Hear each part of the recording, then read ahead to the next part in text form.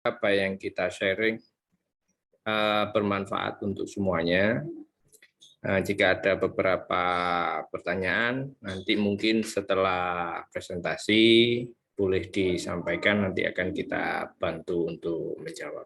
Oke, mungkin nggak lama-lama, kita berikan waktu untuk presenter. Terima kasih atas waktunya, semoga bermanfaat. Terima kasih atas kata sambutannya, Mas Dewa. Mungkin langsung saja kita lanjut ke materi. Boleh? Oke, sebelumnya materi ini akan dipimpin langsung oleh engineer kita, yaitu Mas Egi. Boleh Mas Egi untuk mempresentasikan? Oke, selamat pagi rekan-rekan. Suara saya terdengar ya? Dengar. Oke. Cam-nya belum nyala, Mas. Oh, sorry. Oke. Ya, oke. Selamat pagi rekan-rekan. Menjelang siang ya. Kemarin mohon maaf untuk tidak jadinya training kita sesuai jadwal minggu lalu, maka kita ganti pada hari ini. Oke, ini kita langsung saja ya.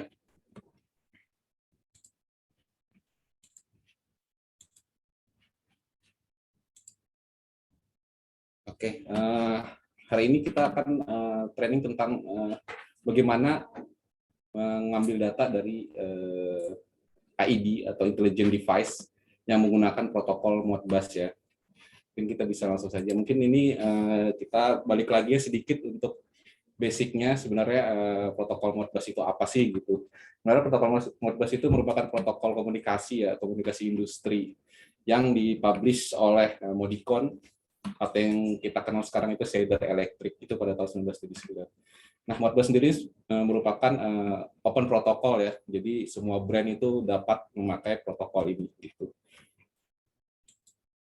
Nah, di sini untuk Modbus sendiri kita kenal ada disebut dengan Modbus client atau Modbus server konsep ya. Nah, di mana sebenarnya ini sama saja seperti client ataupun server pada umumnya seperti itu. Nah, di mana Modbus client atau yang kita sebut dengan master ataupun slave ya di sini, karena di sini merupakan sisi serial ya. Kalau kita serial itu disebut dengan master dan slave seperti itu. Maka master ini akan merequest atau yang request, kemudian si server itu akan merespon seperti itu.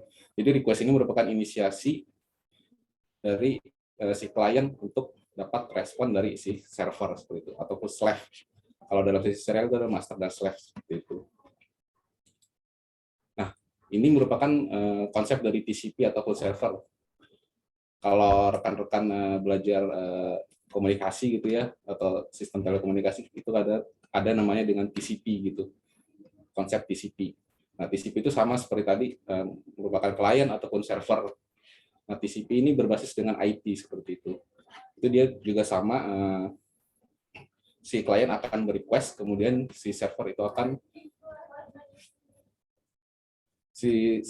akan melakukan respon seperti itu, apa yang diminta oleh si klien. Seperti itu. Nah, di sini kita temui ada disebut dengan konsep seperti TCP master ataupun TCP slave. Nah, itu sebenarnya bagaimana? Nah, itu sebenarnya kita menambahkan device Modbus gateway. Jadi di mana serial itu akan dienkapsulasi menjadi protokol TCP/IP seperti itu. Jadi semua request atau respon itu akan melalui si Modbus gateway seperti itu.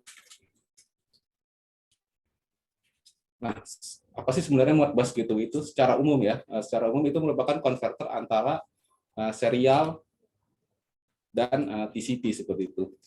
Jadi kita bisa lihat di sini ya, ada Modbus RTU atau ASCII itu akan di convert menjadi Modbus TCP. Keuntungannya apa sih kalau kita lihat di sini ya, dalam sisi serial itu PLC antara PLC ataupun HNI ini ketika terhubung dengan physically cable ya untuk RS485 atau RS232 itu maksimum panjang itu sekitar 1.200 meter itu untuk RS485, sedangkan untuk RS232 itu kurang lebih 10 meter seperti itu. Nah, kalau kita bandingkan dengan setelah di-convert menjadi TCP/IP, ini kita bisa lihat dari sisi TCP/IP-nya aja itu untuk panjang kabel itu bisa 1.200 meter. ditambah lagi dengan RS485 tadi yang saya sebut bisa 1.200 meter. Jadi kayak bisa 2 kali lipat untuk fisik ya, physically cable-nya seperti itu. Nah, mungkin kalau sebelumnya rekan-rekan itu harus berjalan ke site untuk melihat cek HMI ataupun cek masternya ataupun cek yang lain-lain seperti itu harus berjalan ke site seperti itu. Sedangkan ketika sudah menggunakan Modbus Gateway yang sudah berbasis TCP/IP, itu cukup dikoneksikan ke internet saja. Jadi bisa sejauh mungkin lah untuk dikontrol ataupun dimonitoring seperti itu. Karena kita tahu sendiri ya, maksudnya internet ini kan sudah berbasis IP gitu. Jadi sangat memungkinkan untuk dikontrol ataupun dimonitoring secara jarak jauh seperti itu. Nah, seperti sebelumnya yang tadi saya bilang ya, semua request ataupun respons itu akan melalui Modbus Gateway ini. Kita bisa lihat sendiri, ini AID ini ataupun power meter ya kita sebutnya. Nah, ini akan terhubung dengan jaringan RS485 untuk serialnya seperti itu. Kemudian juga baru akan di-convert ke Ethernet seperti itu. Nah, ini mungkin dari sisi serial ya kita bisa lihat power meter ini kita sebut slave-nya, kemudian juga PC ini masternya seperti itu. Jadi antara slave maupun master ini terhubung menggunakan Modbus Gateway seperti itu. Tapi kita juga harus concern ya, maksudnya master ini juga harus bisa untuk membaca TCP/IP seperti itu. Nah, di Modbus Gateway sendiri ini merupakan paket ya, paket data atau ya paket message-nya gitu. Kita bisa lihat di sini ada Modbus RTU message ya. Ini untuk serial itu cuman ada slave ID, function code, data, dan CRC seperti itu. Sedangkan kalau misalkan sudah kita convert ke TCP, itu akan ada penambahan header yang kita sebut dengan MBAP header. Di sini kita bisa lihat MBAP header itu ada transaction ID, protokol ID, kemudian juga unit ID. Dan kemudian juga beserta ini sama seperti serialnya seperti itu. Nah, kalau kita bisa lihat di sini ya, di Modbus TCP ini paket datanya kita bisa lihat ada transaction identifier nih untuk byte pertamanya, dan protokol identifier dan seterusnya seperti itu. Rekan-rekan juga bisa lihat sendiri gitu. Oke, kemudian juga di Modbus sendiri itu ada yang disebut dengan function code ya. Function code itu adalah gimana sih cara untuk membaca ataupun mengontrol suatu AID gitu.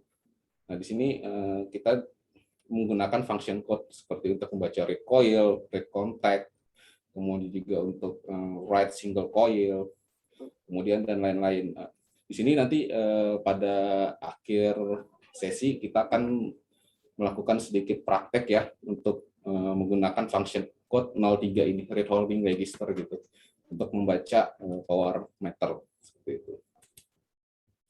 Nah, kita kemudian masuk ke application layer ya. Di application layer ini adalah untuk melakukan pertukaran data ataupun informasi menggunakan software aplikasi.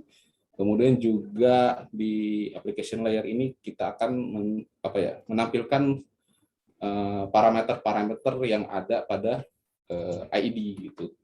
Jadi ntar kita bisa lihat voltage-nya ataupun frekuensinya seperti itu secara real time seperti itu. Nah, di sini kita akan menggunakan Node-RED ya, application layer. Mungkin application layer itu banyak, mungkin rekan-rekan kenal seperti SCADA dan lain-lain seperti itu. Ya kurang lebih ini mirip lah seperti itu. Cuman di sini kita menggunakannya hanya untuk data acquisition-nya aja seperti itu. Nanti kita akan membaca seperti frekuensi ataupun voltage gitu dari power meter. Gitu. Nah, ini saya tunjukkan untuk konfigurasinya untuk Node-RED sendiri. Sebenarnya Node-RED sendiri ini open source ya, jadi rekan-rekan sendiri bisa download secara free. Tutorialnya juga banyak di YouTube. Mungkin teman-teman dapat untuk lebih jelasnya bisa searching sendiri gitu. Nah, di sini ada yang disebut dengan flow Node-RED ya. Node-node ini adalah merupakan node Modbus seperti itu. Jadi teman-teman juga dapat download node-nya sendiri-sendiri seperti itu. Nah, setelah download node-nya ini juga kita juga harus tahu ya, data yang kita baca itu berupa misalkan data float gitu. Kalau dari Schneider Parameter ini datanya itu berupa data float, maka kita harus mengkonversi data float tersebut agar dapat dibaca di application layer ini. Gitu. Sedangkan kalau kita lihat dari Omron Parameter sendiri, ini tidak perlu di-convert lagi ke float. Ada datanya sudah bisa langsung dibaca. Nah, ini saya tunjukkan untuk settingnya. Mungkin nanti lebih jelasnya pas kita praktik ya. Ini secara umum aja. Mungkin kalau teman-teman pernah setting untuk HMI ataupun PLC, sebenarnya mirip-mirip aja sih. Seperti kita mengisi unit ID-nya, untuk dari si unit ID dari ID-nya seperti itu, ataupun power meter, ataupun sensor yang lain. Gitu. Kemudian juga kita isi function code-nya, mau read holding register ataupun write seperti itu dan lain-lain.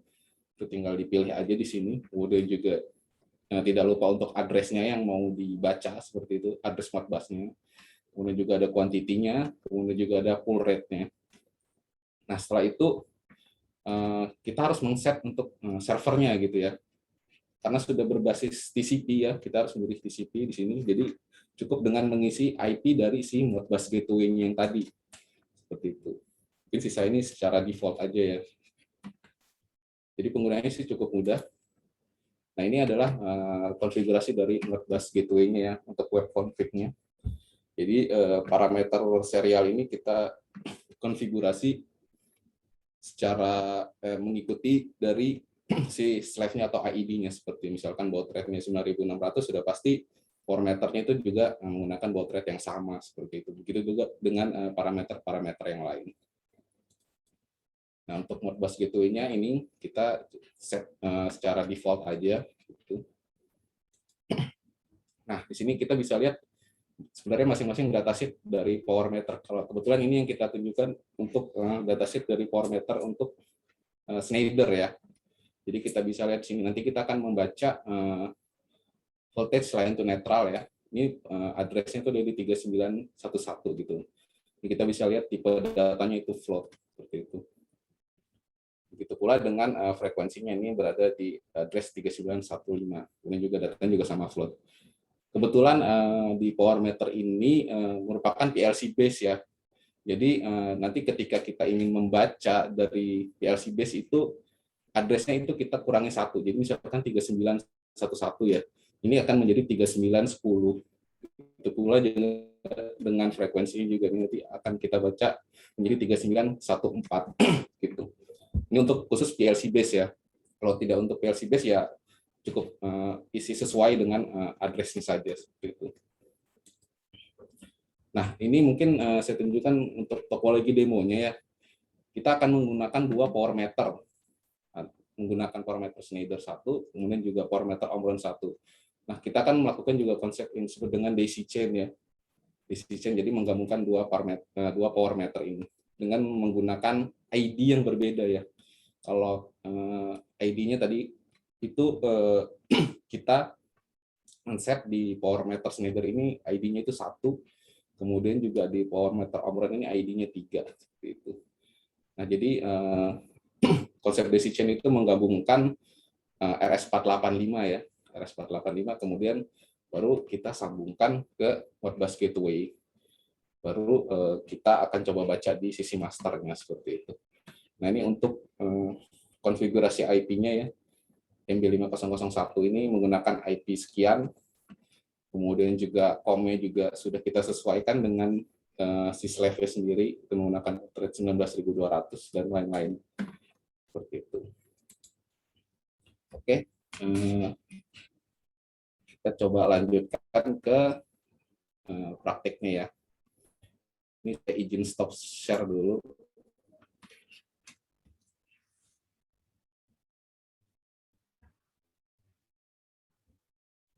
Oke, bagi teman-teman yang sudah memiliki pertanyaan, boleh nih untuk ditulis di kolom komen dulu atau kolom chat. Nah, nanti kita bisa bacakan tuh satu persatu. Oke. Oke, silakan Mas Egi. Oke, ini suara saya masih terdengar ya? Terdengar, Mas. Oke, di sini kita bisa lihat ya, dari web konfigurasi dari Node-RED itu sendiri gitu. Jadi mungkin di sini bisa saya contohkan ya. Sebenarnya teman-teman ketika mendownload Node-RED atau menginstalnya gitu, ini sebelumnya tidak ada Node Modbus. Jadi teman-teman dapat download dari Manage Palette, kemudian klik install, kemudian teman-teman dapat cari Modbus, modul Modbus seperti itu. Nah ini tinggal klik install aja. Nah, hasilnya itu berupa node-node seperti ini. Oke. Nah, Modbus read, Modbus respon. Oke. Nah, sini teman-teman dapat setting seperti yang saya bilang tadi, untuk setting quantity maupun unit ID-nya. Mungkin yang ini aja ya, sudah saya set sebelumnya ya. Nih. Oke, di sini saya akan mengambil data untuk data frekuensi ya dari power meter Schneider. Sebelumnya tadi sudah saya mention ya, kalau kita lihat address-nya itu tadi 3915 ya untuk frekuensi. Maka karena ini PLC base, maka saya kurangi 1 menjadi 3914. Seperti itu. Kemudian setelah kita isi semua ini, semua parameternya, ini unit ID-nya 1 ya. Karena sudah di set 1, kemudian kita set untuk servernya sendiri, untuk Modbus gateway-nya gitu. Ini sudah saya set sesuai dengan settingan di web konfigurasi dari Modbus gateway-nya. Seperti itu. Tinggal klik update aja. Dan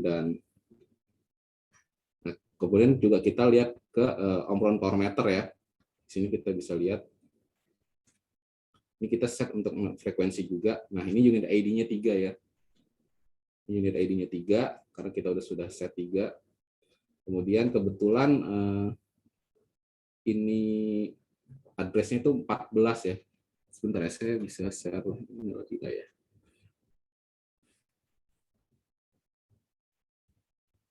Oke, nah ini merupakan address dari omron power meter ya. Kalau kita bisa lihat di sini frekuensinya itu berupa address-nya nih hex nih. Kalau kita lihat 00E ini ketika kita desimalkan itu akan menghasilkan desimal itu 11 seperti itu. Kita balik lagi. Nah, ini juga sudah dapat hasil desimalnya, address itu di 14. Kemudian juga kita setting sama juga ini untuk Modbus gateway-nya dan update. Oke, dan nah kita lihat di sini ya, untuk parameter Schneider sendiri ini kita harus convert ke float. Nah, teman-teman di sini mungkin sedikit melakukan coding ya untuk mengconvert data float tersebut gitu.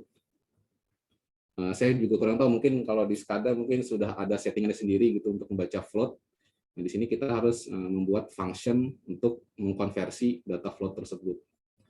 Seperti itu.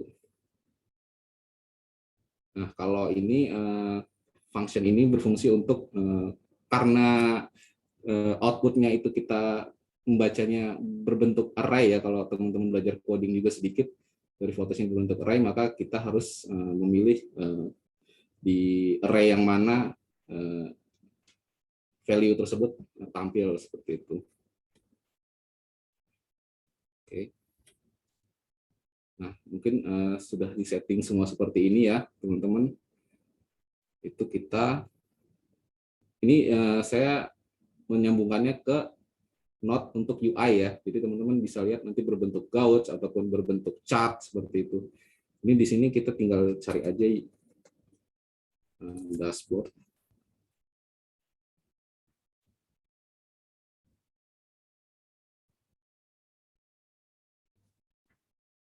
Nah, ini teman-teman tinggal pilih mau gauge, mau chart, itu banyak. Jadi tinggal sambungkan saja. Mau menampilkan apa seperti itu. Nah, kita bisa lihat hasilnya seperti ini. Nah, di sini teman-teman bisa lihat dari kamera kelihatan ya. Kita menggunakan 2 power meter ya. Di sini saya bedakan namanya ada Schneider maupun Omron seperti itu. Kita bisa lihat di sini data ini berjalan secara real time ya, seperti frekuensinya, kemudian juga voltage-nya. Kebetulan karena tidak dihubungkan ke beban, jadi ampere itu masih nol seperti itu. Makanya kita membaca hanya frekuensi dan voltasenya saja seperti itu. Nah ini kita bisa lihat juga data dari grafiknya, dari volt ya ini. Kebetulan saya sambungkan ke voltnya. Ini merupakan data real time yang diambil langsung dari kedua power meter tersebut seperti itu. Mungkin teman-teman ada pertanyaan. Mungkin sekian ya saya sharing untuk pada pagi hari ini. Terima kasih sebelumnya. Oke, terima kasih Mas Egi. Nah, Ya. ini ada satu pertanyaan nih Mas dari Pak Muhammad Iqbal Faisal nih. Untuk sistem Modbus Gateway ini bagaimana ya? Apakah di dalamnya itu terdapat controller sendiri untuk mengarahkan pengamatan Ethernet ke serial? Nah, itu bagaimana Mas?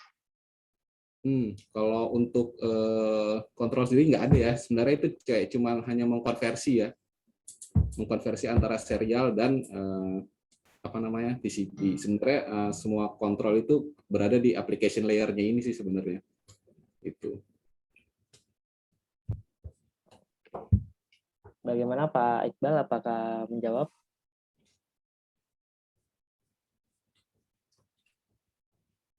Atau mungkin dari Mas Dewa nih, bisa kasih kesimpulan mengenai training hari ini, Mas?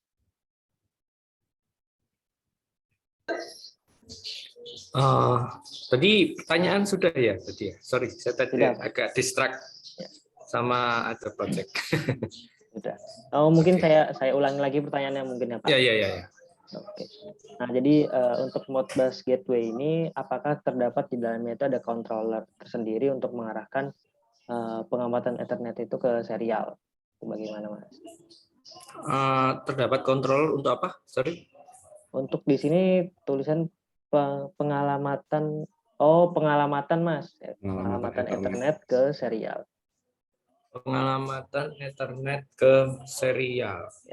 Oh, oke. Mungkin yang dimaksud konsentrator kali ya. Jadi kita punya beberapa line up device. Jadi kalau yang dipakai demo saat ini itu SE5901. Jadi dia MB5901 ya, makasih Mas Eki. Ya. MB5901. Jadi dia hanya meneruskan dari master ke slave. Master artinya dia komunikasi di sisi TCP yang terhubung dengan SCADA. Slave artinya dia komunikasi di sisi serial yang terkoneksi dengan ID, RTU, Industrial Electronic Device. Seperti itu. Jadi yang initiate communication itu dari si master. Jadi kalau master nggak request data device kita, karena device kita intermediate, kita sebut intermediate nggak akan memforward frame tersebut menuju ke ID. Tapi kalau master mulai request, ya dia akan meneruskan request tersebut sampai ke ID, tunggu respon dari si ID. Nah, respon dari ID ditangkap oleh intermediate system kita dan dikembalikan lagi ke master. Jadi kita lihat dalam topologi tadi kan si master ke TCP ya, pakai TCP, sementara yang ke ID itu serial. Nah, jadi memang ada konversi protokol. Nah, terkait pertanyaan apakah ada controller? Nah, ada device line up kita itu yang melakukan mapping atau kita sebut data konsentrator. Tapi memang bukan device ini, ada beberapa device di dalamnya kita bisa. Jadi satu peralatan kita bisa mempooling beberapa peralatan slave sekaligus. Jadi kalau misalnya kita punya 10 power meter ya, seperti contoh saat ini, 10 power meter nanti di sisi serial, di DC chain misalnya, nah ada power meter dengan slave ID 1 sampai 10. Nah, peralatan kita akan mempooling data sesuai dengan mapping yang kita buat tadi. Jadi hanya beberapa data aja yang kita inginkan akan kita letakkan di dalam intermediate system kita. Nah, intermediate system kita nanti di dalam TCP karena kita Modbus Modbus. By the way, Modbus satu kali pooling itu kan bisa sampai 120 register ya. Jadi satu master itu nanti akan pooling hanya dengan satu kali pooling aja. Tetapi sebenarnya satu kali pooling di bawahnya intermediate system kita, Modbus Gateway kita akan mempooling setiap kita ngomongnya profile ya. Jadi profile untuk ID 1 data apa yang diambil, profile untuk ID 2 data apa yang diambil. Jadi lebih cepat. Ya. Jadi ada teknologi semacam itu tapi di device kita yang lain. Mungkin itu yang bisa saya share. Ya, kasih. Oke, terima kasih Mas. Nah ini ada, oke jadi berarti kalau misalnya ada mengenai kebutuhan yang lain, boleh nih rekan-rekan bisa dicek di website kita di www.atoponline.com. Nah di situ terlampir secara lengkap ya untuk device-device kita. Itu. Nah ini ada pertanyaan lagi nih Mas Dewa dari Pak Cahya. Apakah komunikasi dengan application layer-nya itu harus menggunakan Node-RED? Oh, oke. Node-RED hanya application layer aja ya. Jadi semua yang berhubungan dengan Modbus, karena kita pakai standarnya Modbus, ya of course bisa aja. Jadi jawabannya nggak hanya Node-RED. Kebetulan yang kita pakai demo untuk saat ini adalah Node-RED. Kalau untuk HMI yang lainnya, asalkan dia support untuk Modbus ataupun PLC yang support untuk Modbus, nggak ada masalah. Karena kita standar protokolnya adalah Modbus yang kebetulan kita pakai. Namun ada beberapa misalnya di industrial field yang lainnya mungkin pakai protokol yang lain seperti IEC 104, IEC 101, IEC 61850 atau pakai DNP3. Nah, kita juga ada device yang lain seperti itu. Jadi sangat tergantung sebenarnya ke standar protokol yang dipakai. Jadi setiap aplikasi di application layer nanti pasti ada mendefine protokol apa yang akan dibaca. Jadi kesimpulannya adalah apapun aplikasinya ketika mendukung satu format protokol standar tertentu ya harusnya nggak ada masalah. Ya mungkin itu dari respon dari kami. Oke, baik Mas Dewa. Oke. Ini mungkin sebelum kita mengakhiri training kelas hari ini, boleh dari rekan-rekan untuk mengisi form untuk absensi ya. Jadi biar kita bisa kirim untuk e-sertifikatnya. Jadi boleh dari rekan-rekan untuk isi absensi dari training kelas hari ini. Nah, mungkin untuk training kelas hari ini cukup sekian ya teman-teman. Kita akan lanjut lagi di pertemuan selanjutnya, yaitu mungkin sekitar 2 minggu ke depan nih. Jadi bila rekan-rekan tidak mau ketinggalan info nih dan sepertinya tertarik dari training-training kelas dari ATOP yang diadakan oleh ATOP, boleh untuk follow sosial media kita dan stay tune di sosial media kita. Oke, terima kasih rekan-rekan, selamat siang. Selamat siang.